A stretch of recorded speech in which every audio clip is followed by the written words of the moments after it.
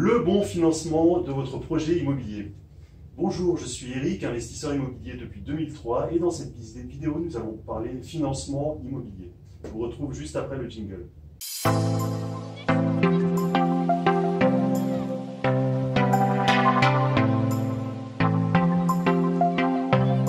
Donc aujourd'hui, on parle financement immobilier. Alors je suis avec Fabien qui est chasseur de prêts. Qui est courtier en prêt immobilier et qui vient du domaine bancaire, donc qui travaille dans la banque pendant plus de 10 ans et qui aujourd'hui est courtier immobilier, ça fait plus de 8 ans. Et donc Fabien va nous partager son expérience de recherche de crédit immobilier à travers son parcours.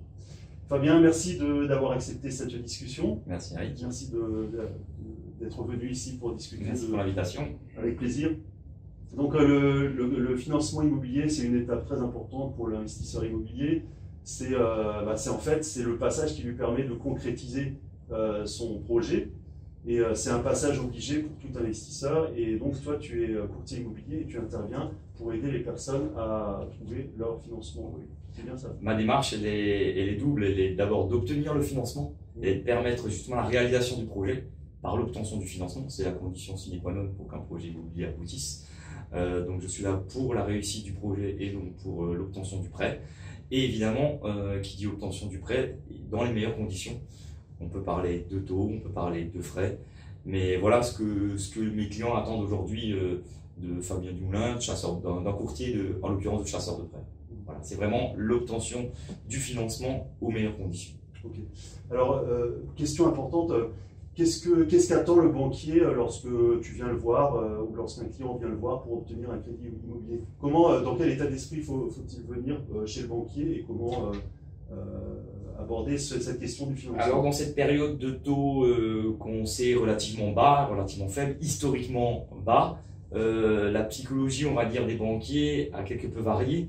Aujourd'hui, les prêts ne sont pas la source principale ou ne sont plus la source aussi importante de revenus des banques.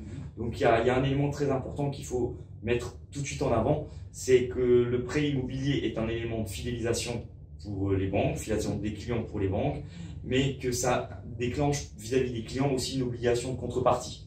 C'est-à-dire que le client aujourd'hui, même pour du locatif, a fortiori sur sa résidence principale, mais notamment sur du locatif, il faut qu'il perçoive aussi le banquier comme un partenaire, pas juste comme le financeur d'un projet, mais comme un partenaire. Et ça, c'est une logique qu'il faut de plus en plus intégrer, une pédagogie qu'il faut que j'ai et que tout le monde doit avoir auprès des investisseurs, c'est attention, le banquier ne va pas se contenter juste de financer. Ouais.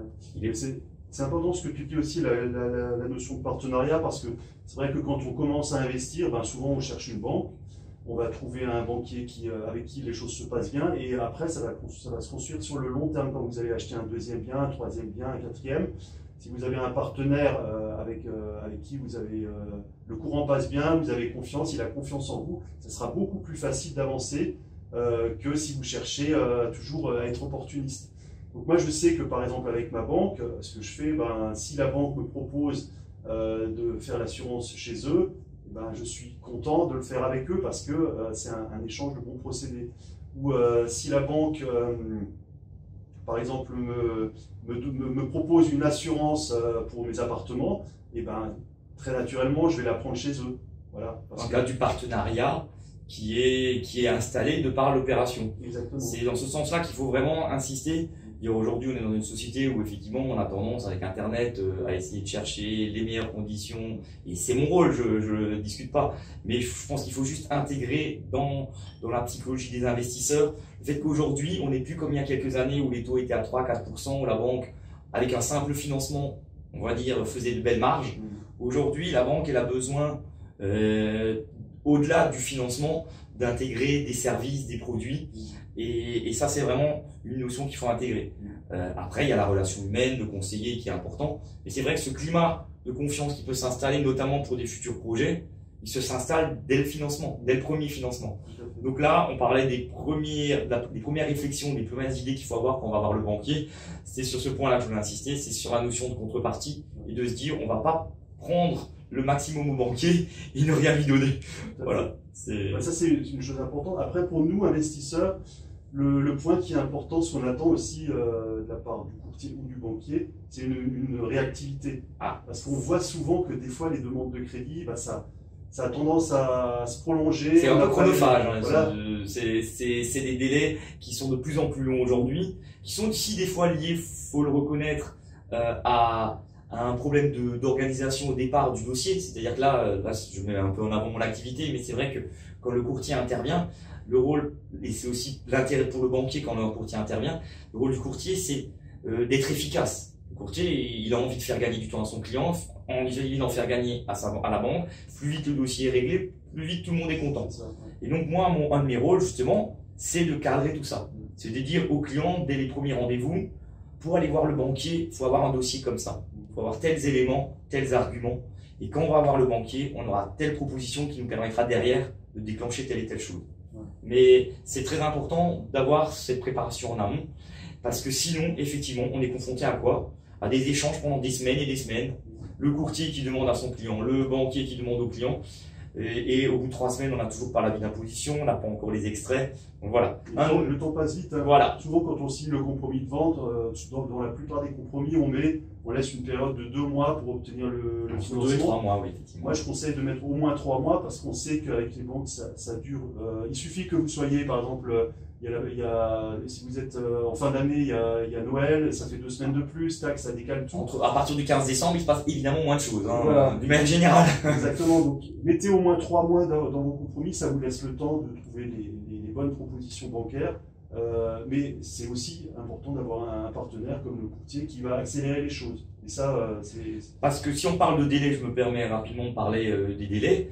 Et avec les expériences que j'ai pu avoir dans les multiples dossiers que j'ai traités depuis 8 ans, il est sûr que quand le courtier intervient, qu'il a des éléments très rapidement du client, on va dire qu'en 48 heures, il peut monter un dossier, hein, les fiches de renseignement, certains éléments essentiels que les banquiers ont besoin. Dans la foulée, le banquier, il est capable lui aussi, quand on lui propose des choses claires, précises, carrées, il est capable de réagir vite. Et pareil, de donner donc un accord rapidement, et si le dossier est complet, de sortir rapidement des offres. Il m'est arrivé de sortir avec une banque cet été un dossier en 15 jours, offre de prêt édité. Dans ces cas-là, pourquoi ça a marché? C'est qu'en 24 heures, j'avais un dossier complet et que le banquier de son côté allait très vite. Voilà. Et j'incite sur le côté accompagnement. Aujourd'hui, la particularité du courtier, c'est qu'il connaît le réseau bancaire, il connaît la façon de fonctionner des banquiers, et justement, il va faire gagner du temps aux clients et aux banquiers, évidemment, c'est l'intermédiaire, pour obtenir son prêt et évidemment meilleures conditions. Parce qu'on va mettre en concurrence.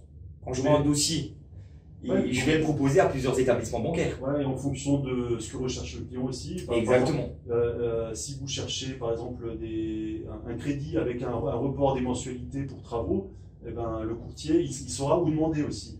On peut aménager avec la banque, et tout ça, c'est justement, ça se travaille en amont avec le client aussi. Ça évite, quand le courtier intervient, ça évite de voir le client arriver chez le banquier. Et une fois que le contrat est signé, de dire ah, j'avais oublié qu'il y avait 6 mois de travaux et que je ne jouais pas tout de suite. Et après, moi j'ai un cas de figure, une personne là que je connais qui est en train d'investir, qui achète un immeuble, et donc il est allé voir sa banque, qui lui a donné un accord de principe pour le crédit.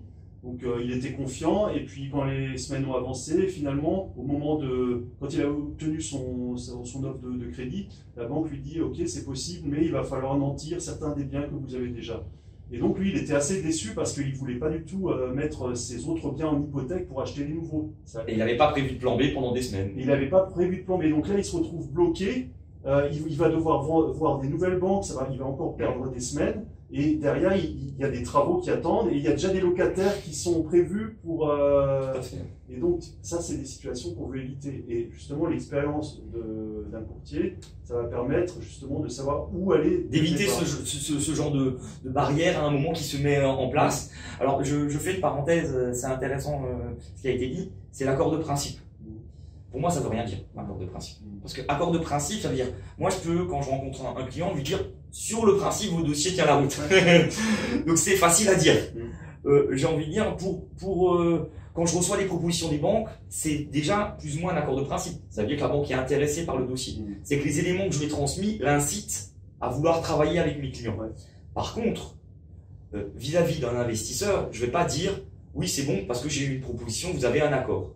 Il a lieu après, derrière, de monter un dossier complet avec des pièces qu'il faudra fournir au banquier. Et seulement à ce moment-là, on sera rassuré. Et c'est pour ça que si on se contente de voir son banquier qui, dès le départ, vous dit accord de principe, on peut y aller, et que derrière, au bout de quelques semaines, il vient et il nous ramène des garanties supplémentaires, c'est pas très agréable.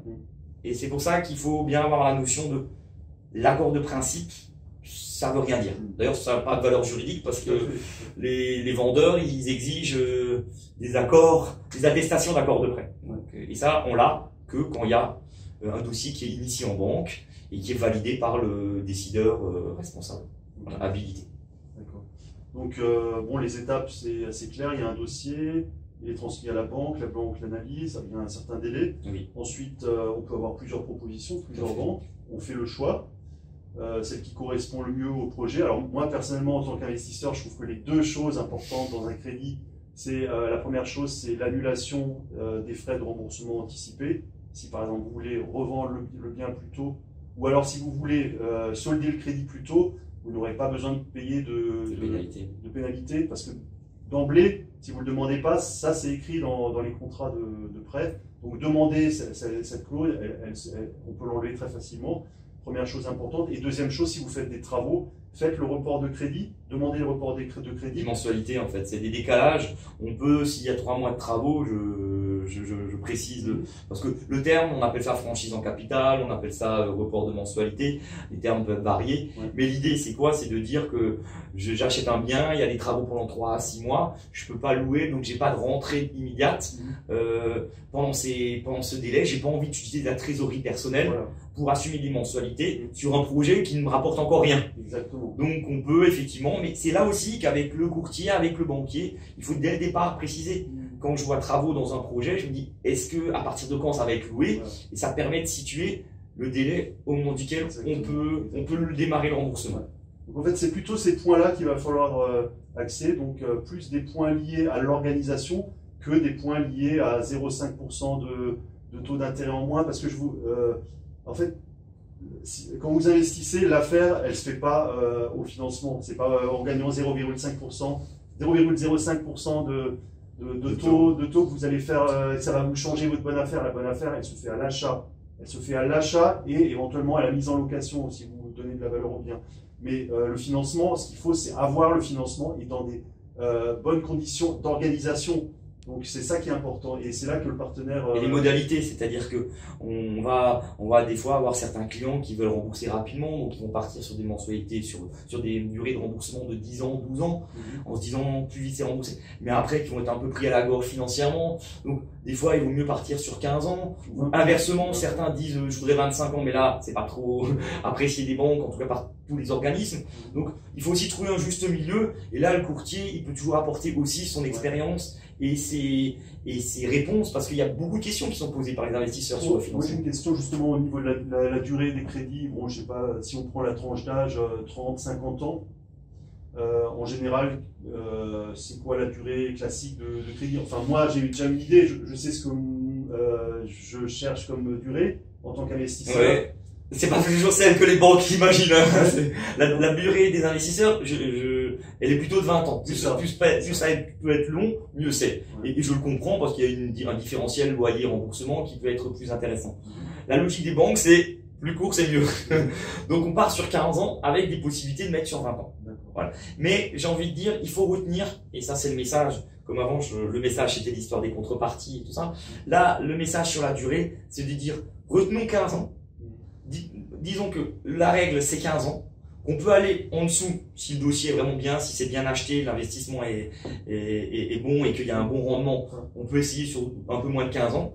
On peut aller au-delà de 15 ans, mais il faut quoi qu'il arrive démontrer que sur 15 ans c'est jouable. Parce que nous ce qu'on recherche c'est plutôt du 20 ans en tant qu'investisseur. 15 ans, ça nous intéresse moins parce que sur 15 ans très souvent on va devoir mettre de notre poche pour compenser.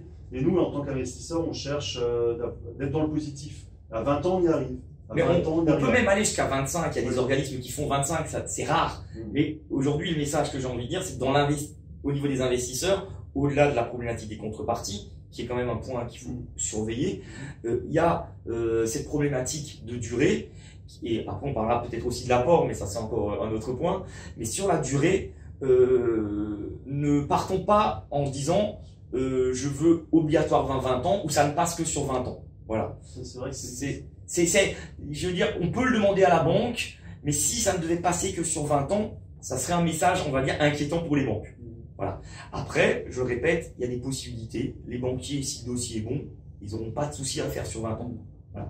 Donc en fait, l'idée là derrière aussi, c'est que quand vous faites de l'investissement immobilier, préparez bien votre situation, votre profil bancaire, votre hygiène bancaire à l'avance. Donc ça se prépare déjà des mois à l'avance, c'est-à-dire ayez des comptes sains, ayez peut-être une petite trésorerie de réserve. Ces choses-là, ça se prépare à l'avance et ça vous permet ensuite d'avoir les bonnes conditions pour investir dans les bonnes conditions. Vous êtes d'accord là-dessus? Tout à fait, et je conclurai d'ailleurs en ce sens par rapport au montage du dossier, par rapport aux finances. Évidemment, le banquier va demander quelques extraits bancaires, les 3 derniers.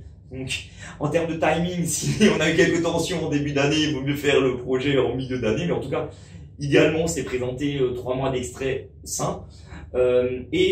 Aujourd'hui, on est aussi dans une logique, je disais tout à l'heure l'histoire de l'apport. Aujourd'hui, les banquiers sont pas fermés à l'idée de financer 100% d'un projet, notamment quand c'est du locatif et que c'est des fiscs ou des choses comme ça. Mais à un moment, il faut qu'il soit rassuré par la valeur du bien en face. Donc, si c'est bien acheté encore, il pourrait financer quelques frais, voire même les frais de notaire. Mais pareil, c'est comme l'histoire des 20 ans et des 15 ans. Ça va devenir des exceptions, malheureusement. Aujourd'hui, le banquier aime bien que même l'investisseur soit capable de mobiliser un petit peu de fonds pour payer les frais, que ce soit au moins les frais bancaires, voire les frais de notaire. Mais voilà, quelques liquidités aujourd'hui, ce qui n'était pas vrai il y a quelques années. Il y a quelques années, on pouvait financer 110% d'un projet, comme on dit. Mais... Moi, je vais peut-être terminer là-dessus, mais en fait, quand vous débutez en tant qu'investisseur immobilier, au début, c'est peut-être important de faire un peu d'effort, c'est-à-dire de préparer son terrain bancaire, de donner quelques garanties aux banquiers, et je vous assure qu'après, quand vous faites 2 biens, 3 biens, 4 biens, c'est beaucoup plus simple. Moi, maintenant, quand je vais chez mon banquier, j'arrive, je rentre dans le bureau, je lui parle 2 minutes du projet et c'est réglé. La confiance est installée, par les précédents projets. Exactement. Et donc, en fait, ça se construit. Donc, en fait, au début, on va faire quelques concessions peut-être, mais ça va nous ouvrir la voie pour la suite. Voilà. On est d'accord là-dessus? Tout à fait. Très bien. Bah, écoute, Fabien, merci pour Eric, cet échange. On aura sans doute l'occasion de rediscuter de financement plus dans le détail et à très bientôt pour la suite. À bientôt. Et donc, ta société, c'est Chasseurs de Prêt. Chasseurs de Prêt. Le site internet a été lancé il n'y a pas longtemps. C'est une enseigne qu'on a un changement de nom, donc une enseigne qu'on a démarré il y a quelques mois. Et le site internet est en ligne depuis quelques semaines. Donc voilà. Parfait. Donc je mettrai le lien en dessous de la vidéo. Si vous ne l'avez pas déjà fait, je vous invite à vous abonner à la chaîne YouTube. Vous recevrez des vidéos fréquemment sur le thème de l'investissement immobilier. Et je vous dis à très bientôt pour de nouvelles aventures immobilières. Ciao!